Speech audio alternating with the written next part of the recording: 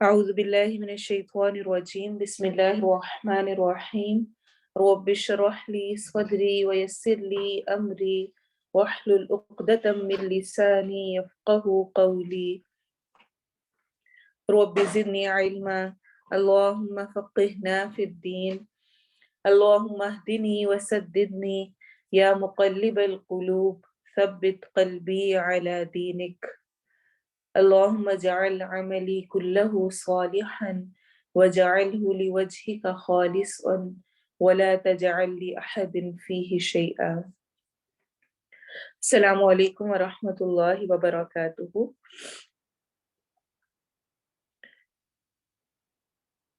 انشاءاللہ آج ہم تربیہ سلائیڈ میں ابن تیمیہ رحمہ اللہ کا قول لیں گے جو فرماتے ہیں جو ہدایت کی غرض سے قرآن میں تدبر کرتا ہے، غور و فکر کرتا ہے، اس کے لیے حق کا راستہ واضح ہو جاتا ہے. کہنے کو یہ جملہ بہت سمپل سا ہے اور شاید لگے کہ اس میں کیا ایکسپلینیشن ہے، ہم بہت دفعہ اس چیز کو دیکھ چکے ہیں، لیکن خاص طور پہ غور طلب بات اس میں یہ ہے کہ قرآن پر غور و فکر تو میں نے کرنا شروع کر دیا اور نیت بھی کر لی، وقت بھی لگانے لگ گئی، سب کچھ کیا، لیکن اس میں میری غرض کیا ہے، میں کس وجہ سے قرآن پر تدبر کر رہی ہوں؟ کیونکہ اگر ہدایت کی غرض سے کروں گی صرف تب حق کا راستہ ملے گا، ادروائز نہیں. شاید آپ جانتے ہوں بہت سارے نان مسلم مستشرقین قرآن پر ریسرچ کرتے ہیں، اس کے ڈیفرنٹ علوم پر غور و فکر کرتے ہیں، جیسے کہ ہم ڈیفرنٹ بکس پہ کرتے ہیں، تھیسز لکھے جاتے ہیں، ایسے ہی نان مسلم بہت سارے قرآن پر بھی کر رہے ہوتے ہیں. لیکن وہ کس لیے ہوتا ہے؟ صرف اپنے ایک ریسرچ کے طور پہ. تو بہت کم ایسا ہوتا ہے کہ وہ سب کچھ ماننے کے باوجود بھی اس قرآن سے فائدہ اٹھائیں اور حق کا راستہ پا لیں. ایسے ہی آپ دیکھیں کہ بہت دفعہ لوگ قرآن پڑھنے کی طرف اس لیے آ رہے ہوتے ہیں کہ وہ دوسرے فرقے سے ذرا مقابلہ کر کے دیکھنا چاہ رہے ہوتے ہیں، وہ فرقے والے کیا کہتے ہیں ان کو تو سن کے دیکھیں اور ان کو جواب دینا ہے فلاں طریقہ اور فلاں غرض، اس سے بھی حق کا راستہ واضح نہیں ہوتا، کیونکہ نیت کچھ اور ہے، نیت نکتہ چینی کرنا ہے. پھر کچھ لوگ اس لیے بھی قرآن میں تدبر کرتے ہیں، قرآن کو سیکھتے ہیں، اس کے علوم اور اس کو وقت دیتے ہیں تاکہ وہ مال کما سکیں. جانتے ہوئے قرآن کا علم رکھتے ہوئے اور اس کے بعد پھر اگر ایسا موقع ہو اور ایسی جاب ہو تو اس کو کرنے میں حرج نہیں ہے، لیکن مال کمانے کے لیے ہی قرآن کو حاصل کرنا، پھر انسان کو وہ مال تو مل جائے گا اس کی وجہ سے، لیکن حق کا راستہ نہیں واضح ہوگا. ایسے ہی شہرت حاصل کرنے کے لیے بہت اچھی آواز میں قرآن پڑھنا آ گیا، بڑا اچھا ترجمہ آتا ہے، مقابلوں میں حصہ لیتے ہیں، خبروں میں نام آتا ہے، نیوز میں ہر جگہ پر نام ہے، فلاں بڑا اچھا پڑھتا ہے، فلاں کو بڑا اچھا یہ آتا ہے، شہرت کی خاطر، تو بھی حق کا راستہ واضح نہیں ہوگا. قرآن سے جس غرض کے ساتھ پڑھا جائے وہ فائدہ تو آپ کو ضرور دے گا، لیکن آپ حق پر نہیں قائم ہوں گے، آپ کے لیے حق کا اور عمل کا راستہ نہیں کھلے گا. ایسے ہی کچھ لوگ ایسے ہوتے ہیں جو کہ ایسے ہی بیٹھ جاتے ہیں، ماں کہہ رہی ہے بیٹھو بیٹی کو، دوست کہہ رہی ہے دوست کو بیٹھ جاؤ تم بھی سن لو.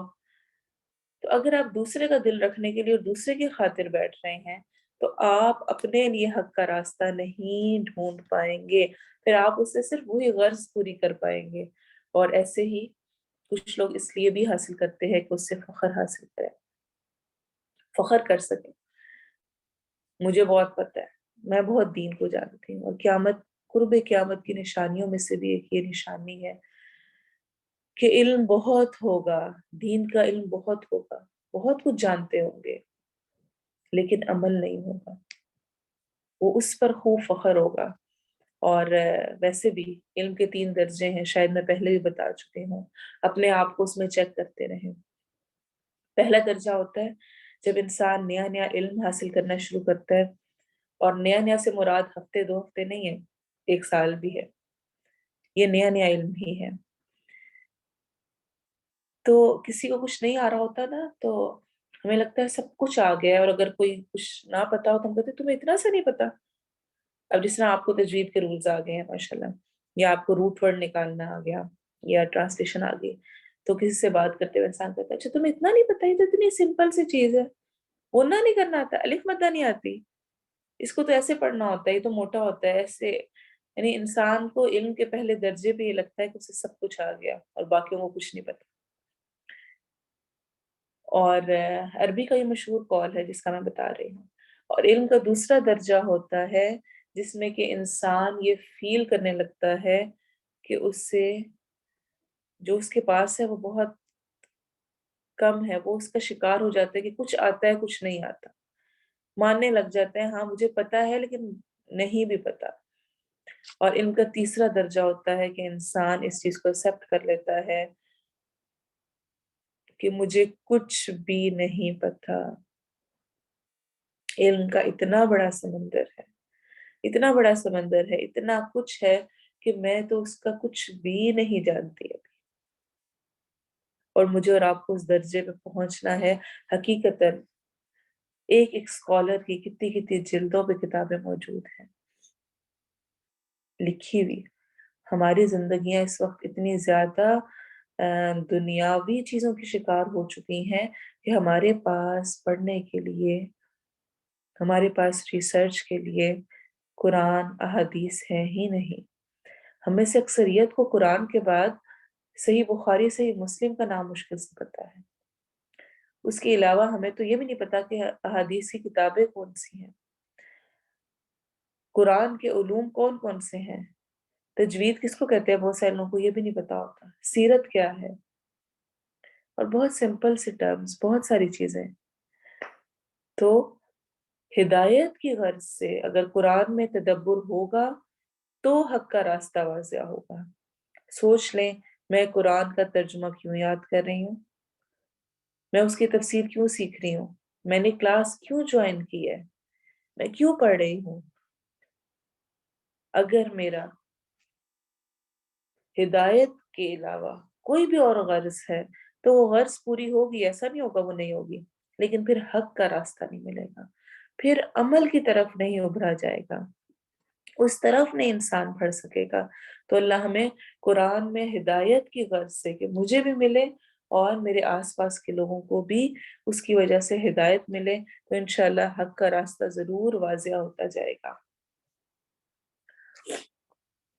انشاءاللہ آج ہم تجوید میں نیکسٹ 2 آیات کریں گے. چونکہ یہ پچھلے واقعے سے ریلیٹڈ ہے تو ہم انشاءاللہ تفسیر میں ان سب کو اکٹھا ہی کریں گے. اعوذ باللہ من الشیطان الرجیم، بسم اللہ الرحمن الرحیم. وَإِذْ قَتَلْتُمْ، وَإِذْ ذال کو نرمی سے پڑھیں گے، از کی ساؤنڈ نہیں ہوگی، سیٹی کی آواز نہیں آنی چاہیے. ز اور ذال میں یہی فرق ہے. قتلتم کا نہیں پڑھنا، قو پڑھنا ہے، قاف موٹا ہے. نفسا فدارتم، نف فا سن، سین سیٹی کی آواز آئے گی.